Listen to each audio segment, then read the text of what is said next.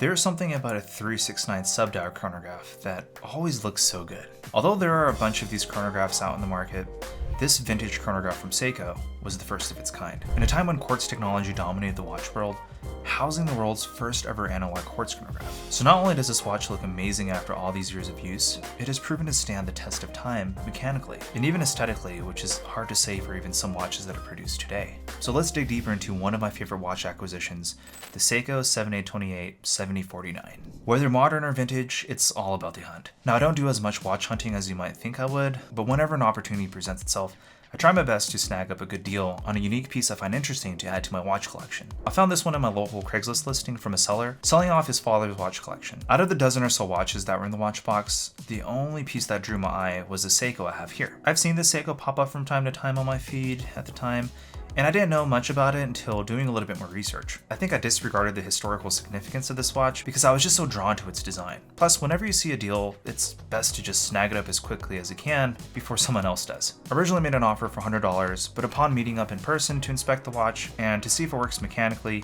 we agreed on $90 since it needed a bit of cleaning up and a new battery. After a quick battery swap and a bath, the watch came back to life, and it was at this point where it became one of my favorite watch acquisitions. The reference number for this watch is labeled as 7A287049. The 7A28 is the movement, and 7049 refers to the style. Seiko released the 7A28 in the early 80s, and is the base movement to more than 100 references from this period. These watches can be characterized by the classic Giugiaro and the Sports 100 collection. Prior to the 7A28, there weren't any quartz chronographs aside from the now retro LCD displays. Seiko decided to make one for the history books, producing a chronograph movement using a quartz crystal powering together with a power cell, circuit board, and a small stepping motor to move the hour and minute hands, along with the hands on the sub-dial registers. The quartz crystals also gave the wearer an indication of the power reserve. As the battery ran out of power, the second hand would move in 2-second intervals, letting the wearer know that it's time to change out the battery. This is common to see today, but back in the 80s, this was a pretty useful feature to have. Similar to most mechanical watches, the 7A28 movement features 15 joules with no plastic parts to be seen in this caliber, and can even be regulated and repaired, so older models like this one can be kept in service. It's pretty clear to say that this is no ordinary quartz movement. It was built with the intention to be used with purpose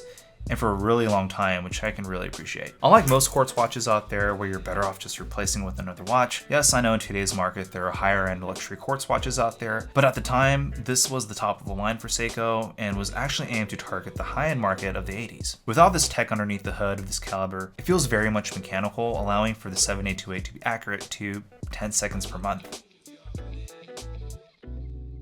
Like all watches, the movement is the heart of a watch. And while the 7828 caliber makes up this line of Seiko's identity, the design of the watch itself is what really attracted me to pick it up. This Seiko gives off space age Mark II Omega Speedmaster vibes, especially with its flat link style bracelet. To be honest, at first I wasn't a fan of it, as it seemed a bit dated. I mean, it is, but after wearing it a bit, I came to appreciate the bracelet style as it gives off high-tech retro vibes. The dial layout is clean and easy to read, and with the addition of a bi-directional lapse minute bezel, makes this watch pretty versatile. There are many variations of this watch, but to me, this variant is super appealing to the eye, and apparently is the most abundant out of the rest for the American market. So if you're on the hunt for one, you might have a chance of snagging your very own. I'm not sure if this was the case for all of you, but when I first started getting into watches, the watch world for me was a little bit intimidating. Scouring countless watch forums and Instagram pages, even now there seems to be a lot of negativity and elitism that goes on in there. That is until I discovered WatchCrunch, a platform dedicated just for watches. The community over at WatchCrunch really seems to love all kinds of watches, whether it's your first ever watch you picked up for $20 or a grail piece you hope to work towards one day. And this is all wrapped up in their super sleek interface that is super engaging and pretty addicting to use. The team over at WatchCrunch always seems to be tweaking their app, and they're doing a great job adding new features to keep all of us engaged. Now this is an app I really wish came out when I was starting my watch journey, so if you've never heard of WatchCrunch, come and join the community. And while you're at it, come and follow me on WatchCrunch as well, at Clicky Bezel. I'll see you there.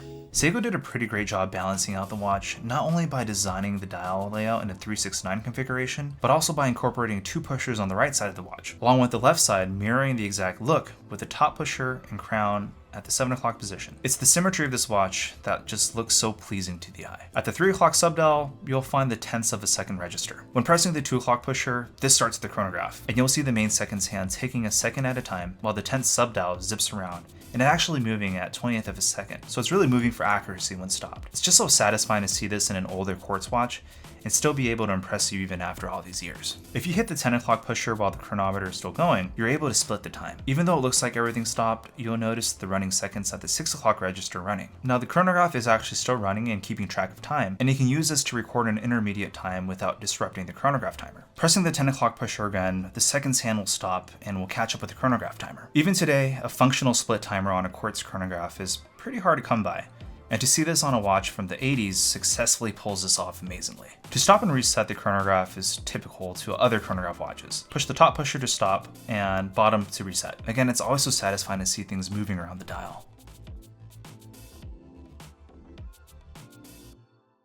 There are so many good things going on with this watch. One thing I didn't mention was the size. The dial diameter is sitting around 38mm, which for a lot of enthusiasts is the perfect classic size. It isn't too dainty and is just the perfect size for a vintage sport watch of the 80s. Aside from its good looks, this watch is completely functional, where every single feature of the watch serves a purpose. Each pusher has its intent with the split time complication, a timing bezel for when you want a tactile timer similar to a dive watch, functional tachymeter scale if you have a reason to use it, and water resistance up to 100 meters. The designers of this watch took a minimalist approach to an otherwise capable movement, and put in features that would satisfy people who are into racing and even aviation. At the time, these watches started at around $250 depending on the model, which at the time was a pretty penny. Nowadays, you can find these for a reasonable price on the secondary market to own a piece of horological history, being the first Quartz analog chronographs.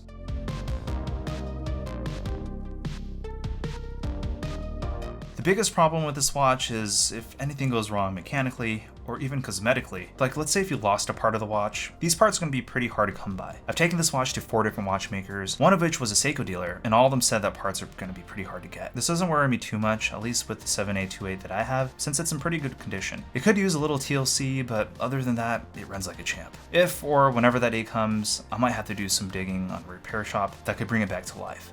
Until then, I'll just be enjoying this classic gem from Seiko. Now, the determining factor on whether or not the watch looks attractive to you is really all subjective. A watch with great proportions and a properly balanced style and color scheme is what I deem to find attractive. Although some might call it generic and boring, I think the overall design of this Seiko chronograph is absolutely gorgeous. From the way the 3 pushers on the case are complemented with the crown position at 7 o'clock, and charming with its retro looks. Without its 80s styling, I think the watch wouldn't be a standout. Seiko's quality control is relatively good today, and the quality of construction is no different seen with this vintage piece. It's built in a solid case with a movement you're able to service and repair if anything goes wrong with it. The bracelet, even though it is stamped, is pretty solid and stood the test of time. The backstory on this 7828 series of watches produced by Seiko is pretty extensive, and I had no idea how deep of an impact Seiko's history this caliber was for them. From the turn of the watch industry with Quartz watches dominating the market with LCD technology, to Seiko saying, you know what? It's time to start making history again. It's no doubt that these watches changed the course of how serious a Quartz watch can be as a practical precision tool. Lastly is value. This is a tough one to score as it is a vintage watch. Even though this particular model is abundant in the States, they're starting to creep up in price. You may be lucky finding these for a steal like I did by doing just a little bit more digging around and coming across one of these under current market prices. However, I'd say current market prices aren't out of control, unlike some secondhand watches out there. If you don't own a vintage watch, I say try your luck looking out for a Japanese brand like Seiko. They never seem to disappoint. I've acquired a few vintage pieces over my watch collecting journey, and this one has to be one of my favorites. I always imagine what these watches have lived through and the stories they could tell. Do you own any vintage watches? If you do, what is it?